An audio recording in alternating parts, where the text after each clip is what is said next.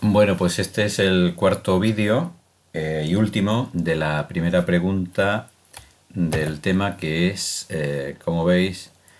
evolución política e institucional del franquismo. En este vídeo en concreto vamos a definir algunos rasgos generales de la evolución del régimen a lo largo de sus 40 años de existencia. Durante los primeros años, una vez terminada la guerra civil, como sabemos, tiene lugar la Segunda Guerra Mundial y durante este periodo,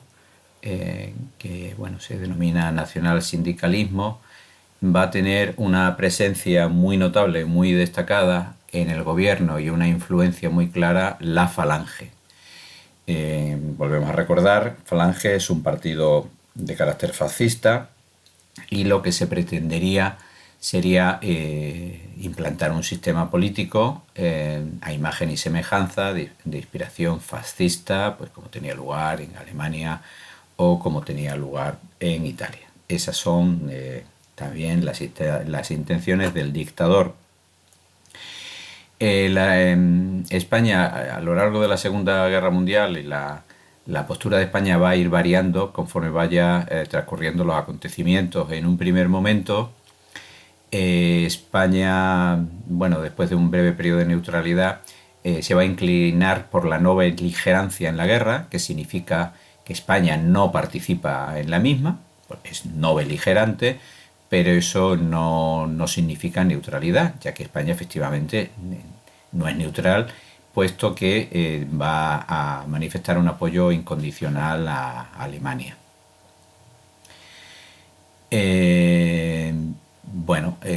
Franco era partidario de haber entrado en la Segunda Guerra Mundial, se entrevistó con Hitler, se entrevistó con Mussolini,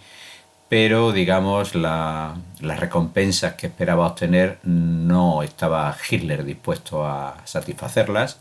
y por eso finalmente España permanecerá al margen, pero como digo, durante estos primeros años de la década de los 40, España apoyará incondicionalmente a Alemania y aunque no participe en la guerra, pues pues se participará a través de los voluntarios que formaron o constituyeron la División Azul. A partir del año 43, el signo de la Segunda Guerra Mundial empieza a cambiar y ya no está nada claro que Alemania vaya a ganar la guerra, sino más bien parece que el desenlace será el contrario, que la va a perder. Entonces España vira de nuevo hacia la neutralidad. Empieza de alguna manera a ir ideando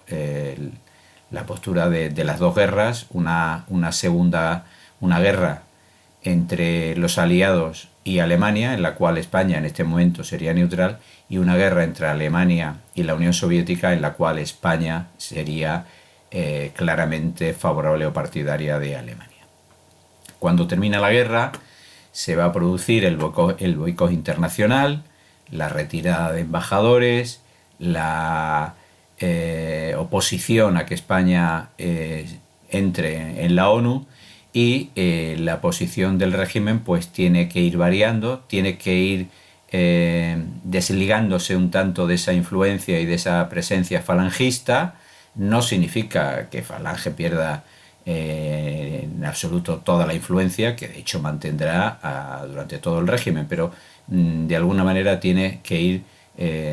mostrándose una menor influencia en el gobierno y en el poder de España, pues para que de alguna manera España pueda volver a normalizar unas ciertas relaciones internacionales. Recordad que en este periodo de finales de la guerra es cuando se aprueban algunas leyes que de alguna manera persiguen el mismo objetivo, ¿no? Como la aprobación del Foro de los Españoles o la ley del referéndum nacional. Aquí tenemos esta imagen, en una de las diferentes convocatorias, diversas convocatorias que a lo largo de la dictadura realizó el general Franco en la Plaza de Oriente. Este es el Palacio Real y bueno, pues digamos que esa manifestación o esa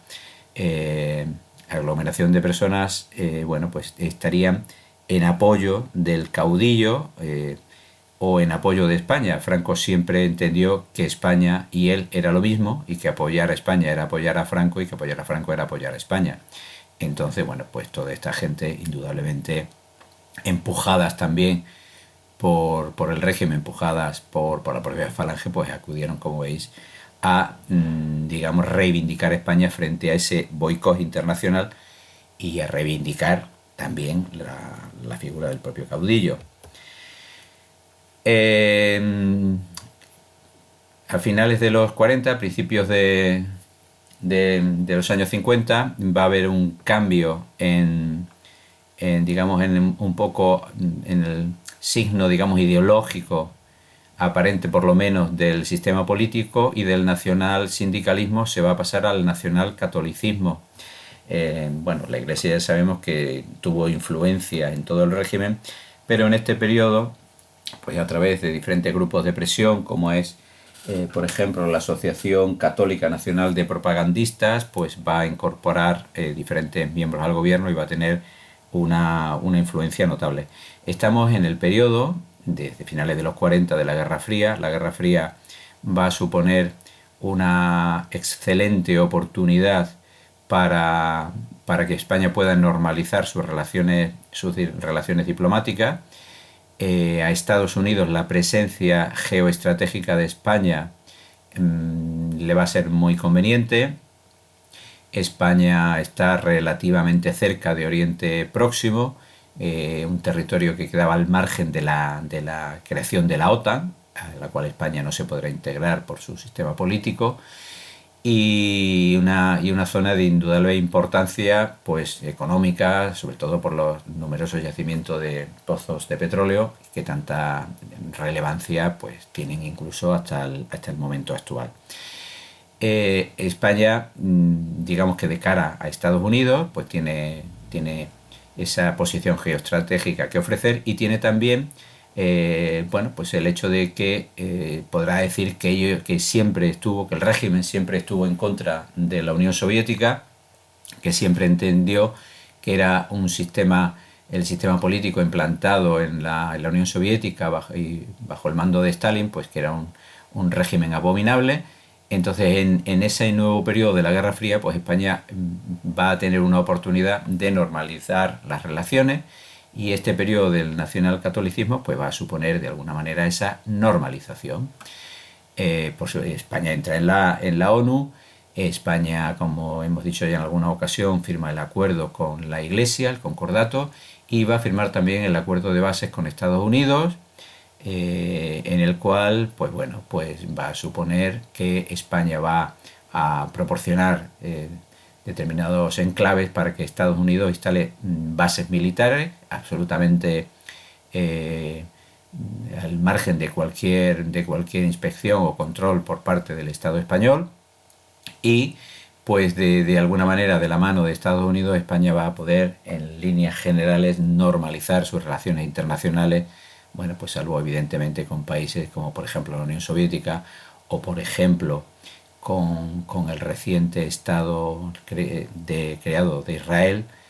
Obviamente, por el apoyo de España a la Alemania nazi, pues el nuevo Estado judío de Israel pues no va a mantener relaciones cordiales durante toda la dictadura con Franco, y eso va a hacer, por oposición, que España sí pueda mantener unas relaciones diplomáticas muy fluidas con los estados árabes de la región, o tampoco va a tener unas relaciones diplomáticas normalizadas con México, que es en gran medida el lugar que da acogida a muchísimos exiliados republicanos. En esta imagen lo que tenemos es la firma del concordato con la Iglesia. De alguna manera, este periodo del nacionalcatolicismo pues caracterizaría el periodo de la década de los 50. A final de ese periodo va a haber un cambio de nuevo, digamos, cierto cambio también de matiz ideológico dentro del sistema, con la presencia de los tecnócratas. En gran medida, estos tecnócratas son miembros, muchos de estos ministros que se encuadrarían dentro de lo que denominamos tecnócratas, serían miembros del Opus Dei, y por tanto, bueno, pues como vemos, la presencia de la Iglesia en el gobierno y su influencia sigue siendo absolutamente destacada, pero digamos que lo que caracterizaría a estos gobiernos sería buscar la eficiencia económica, la transformación económica de España, sin que se produjera transformaciones políticas prácticamente más que como meras transformaciones que podríamos decir cosméticas o superficiales. A finales de la década de los 50, un hecho importante es la visita del presidente Eisenhower, Ike, a Madrid, y entonces, bueno, pues vemos aquí como incluso se le hace un gran recibimiento, desfile por toda la Castellana, y como el edificio se han iluminado las ventanas para que aparezca el apodo, digamos, el sobrenombre del presidente de los Estados Unidos, lo cual contribuye más a esa, digamos, afianzamiento de relaciones con Estados Unidos. Y bueno, ya sabéis que en este periodo de la Guerra Fría el mundo está dividido en dos partes, entonces lógicamente el que Estados Unidos, que una de las dos partes de ese mundo, pues te dé su visto bueno, es un hecho absolutamente fundamental. Como digo, este periodo de los años 60 se va a caracterizar sobre todo por una profunda transformación económica. España pasará de una economía fundamentalmente de base agraria a un proceso de industrialización primero y de terciarización después. La gran, digamos, industrialización que otros países habían experimentado a lo largo del siglo XIX realmente en España se va a producir en este momento. Pero, repito, esa transformación económica sí que supone algunos cambios sociales importantes, como es, por ejemplo, procesos migratorios notables dentro de la propia España, de las zonas, de las regiones o zonas más rurales a zonas más industriales, o por supuesto también emigración hacia el exterior, en la potenciación de una clase media emergente que lógicamente incrementa sus niveles de consumo, pero a nivel político, en líneas generales, el sistema no cambia prácticamente, ¿no? Se introduce con la ley orgánica del Estado la ley de representación familiar, pero que, como ya hemos comentado, de hecho no supone darle a las Cortes verdaderamente un carácter de representación ciudadana. Se aprueba la ley de seguridad social, que se incrementa la cobertura social, empezaría de alguna manera a empezar a construir lo que realmente luego se construirá cuando llegue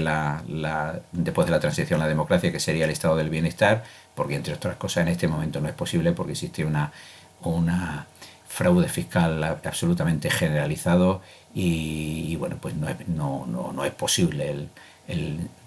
sostener económicamente ese estado del bienestar, ni muchísimo menos, pero bueno, se aprueba la ley de seguridad social que, insisto,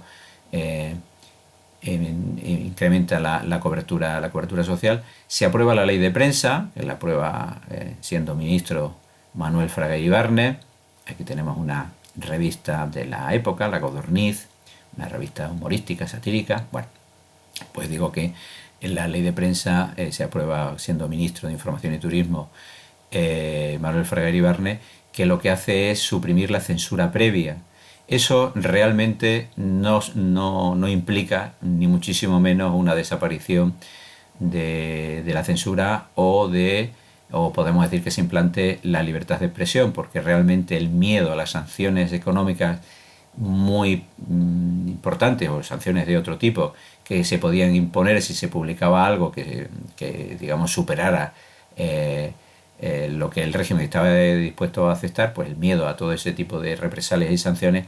hacía que se instaurara una autocensura de tal modo y manera que la libertad de expresión estaba muy lejos de implantarse en el país.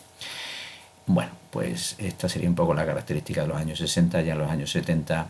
se va a entrar en el ocaso del régimen y bueno, pues eso sería ya motivo de otra pregunta.